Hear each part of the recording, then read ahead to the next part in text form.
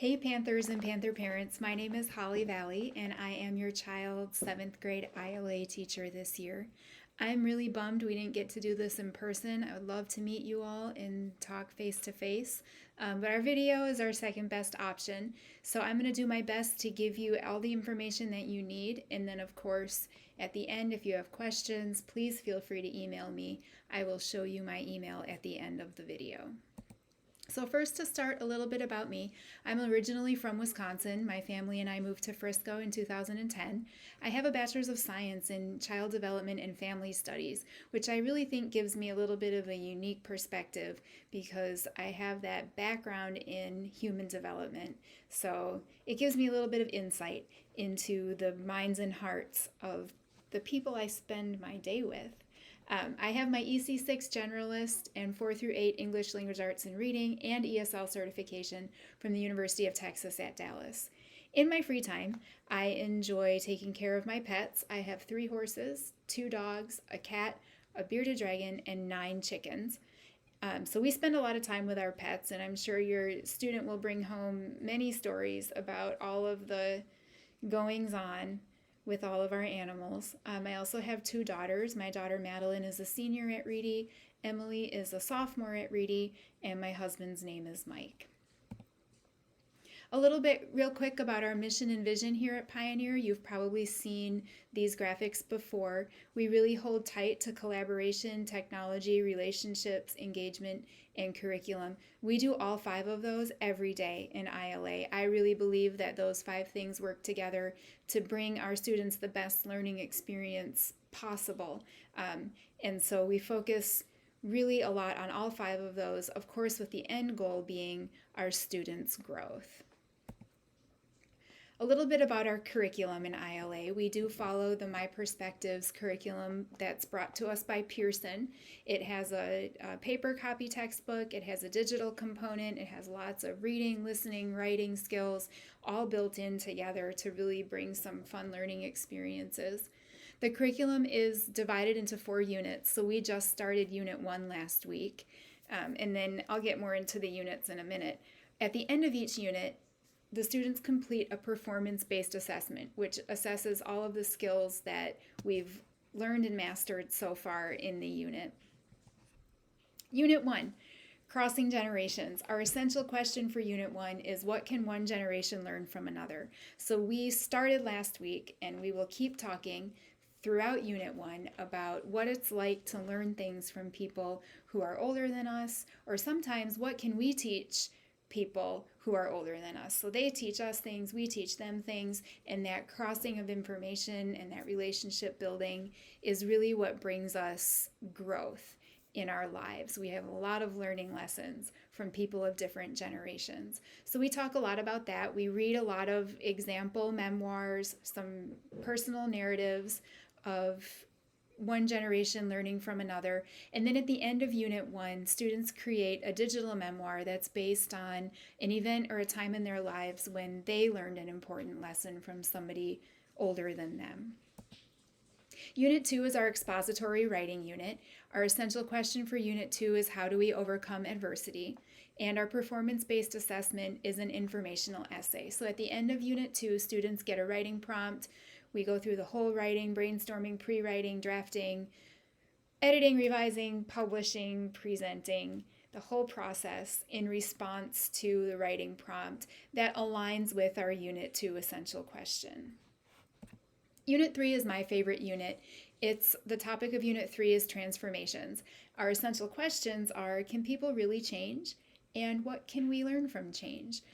It's our novel unit, and that's why it's my favorite. We get to read a class novel, and at the end, students create an analytical product where they analyze a theme in literature, and then they connect how is that theme or message or lesson, how is it relevant in the lives of teenagers today? And yeah, by the time we get to Unit 3, most of us are teenagers. Those 13th birthdays roll around. Unit 4 is Imagining the Future, and this is typically the student's favorite unit. We talk all about outer space in Unit 4. Our essential questions are, should humanity's future lie among the stars? And is space exploration even important? And we get into a lot of heated debates in class about outer space and what's going on up there. At the end of Unit 4, students create a public service announcement trying to persuade their audience to agree with them or to disagree with them, whether they believe space exploration is important or whether they believe it's not as important as other things. This is our persuasive unit, so we learn all about how to persuade in Unit 4. All of our units are built around the My Perspectives instructional model, which has 3 components. There's a whole class learning component, peer group learning, and independent learning.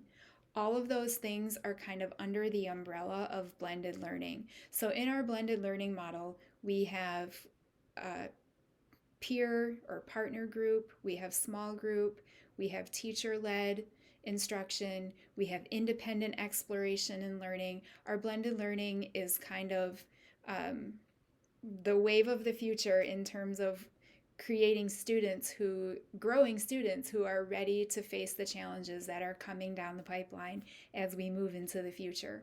So listening, speaking, research, technology, all of those things fall under that umbrella of blended learning. We do have a grammar component every day in class, Monday through Friday. We target a specific grammar skill each week or each 2 weeks.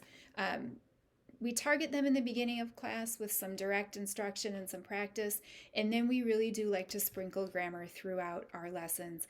I believe in kind of a holistic approach to grammar. I believe in learning the nuts and bolts, but then also applying what we've learned to our own writing. I think it's that application part is super important. We do a lot of pre-assessments. We just did one over nouns and verbs last week. So we use our pre-assessments to determine, do we need to cover this in more detail, or are the students ready to move on to something more challenging? Fridays tend to be our temperature checks on grammar to see how we are doing on the skill we've been targeting that week. Do we need to continue with that skill, or can we move on to something else? In addition to grammar, we do independent or silent sustained reading each day.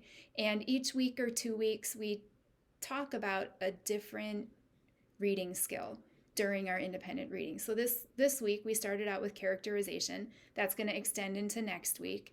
But things like conflict setting, vocabulary, summary, theme. We get into inferences in the second half of the year, which are a little more tricky. But all of those reading skills we build into our silent sustained reading. You may have heard about our grading policy. This changed a couple years ago. We don't have daily grades anymore. We only have major and minor grades. So things you'll see in HACC or in the grade book that are minor grades will be our grammar assessments or temperature checks on grammar, or any independent or silent sustained reading activities that we do may go in as a minor grade, and then any classroom learning or activities. Our major grades are going to be our end of the unit performance-based assessments, our unit tests, and then any other major projects or activities. I've been getting the question a lot this year already. Is this for a grade? So the answer to that is it's for your growth. It's for your learning. And if you're giving 100% effort in everything we do in class, then your grades will reflect your highest level of mastery or understanding on that particular skill for that unit. So I really try to stress with students not to worry so much about if something's for a grade, but rather if you're giving 100% effort, then you don't have to worry if it's for a grade, because if it is, it's going to reflect your current / highest level of understanding for that skill. And if it's not, then you're still going to benefit, because all of our skills are scaffolded. We grade, and all of our projects, everything we do is kind of built on one another. So we start with a foundation and we build on top of that. Our classwork, our activities, our learning experiences, they all build on each other. In HACC or in the gradebook, I do like to put the highest level of mastery possible for the students. So should they fall short in their understanding, that creates an opportunity for more practice, for more growth. And I want that growth. I want them to be able to show that growth. So there will be opportunities for rewrites, retest, redo, whatever a student needs or however long they need through a marking period to show that growth. I am all in support of that. I'm all in for that. So please share with them that give 100% effort, and don't worry, if you're doing that, your grades will reflect your highest level of mastery. Our Pride Time looks a little bit different this year. We have Pride Time every day, and we've extended it to a full class period. On Wednesdays, that's our designated ILA day. So your student may be requested to come to ILA for either extension of their current learning or for support. So if they do need more help or more support on a specific activity or skill, then we will pull them in on Wednesdays. Our Monday Pride Time is still devoted to social emotional learning, team building. Panther TV is always a fun thing on Mondays. So that's what Pride Time looks like this year. In terms of absences, that's already come up this year in response to everything that's been going on. Please have your student email me if they're going to be out for any reason. Communication is key. It's really easy for me to just send them a link, everything they need to know, so that they don't miss work. But hearing from the student is always a good thing. So let me know if you're going to be absent. Tutorials will be arranged on an as-needed basis. I am available after school. The main support and extension will take place during Pride Time, but if there's a high need situation, absolutely we can arrange an after-school tutorial. Our Canvas site hasn't changed from last year. You can access it through the Frisco ISD main site. The students can access it through the portal there, the student portal. You can also get there from our PHMS main website or the Canvas district website, fisdinstructure.com. And then the student ID and 8-digit birthday is the login information. And on Canvas, you'll find everything you need to know organized by unit and week. So weekly agendas are there. In the modules is where we do most of our classwork that requires a technology or a Canvas component. If a student's going to be absent, most likely they'll find their makeup work in Canvas. So it really is your go-to for everything ILA. Everything, really. Every class. Please feel free to contact me if there's something I didn't go over in the video or if a question comes up. Send me an email. It's the best way to get a hold of me, valleyh@friscoisd.org. Here's some of our social media contacts, our Facebook, Instagram, and Twitter. And we are already off to a great start. We've already made some great memories, and I'm looking forward to making even more. I hope you guys have a wonderful evening, and take care. Bye-bye.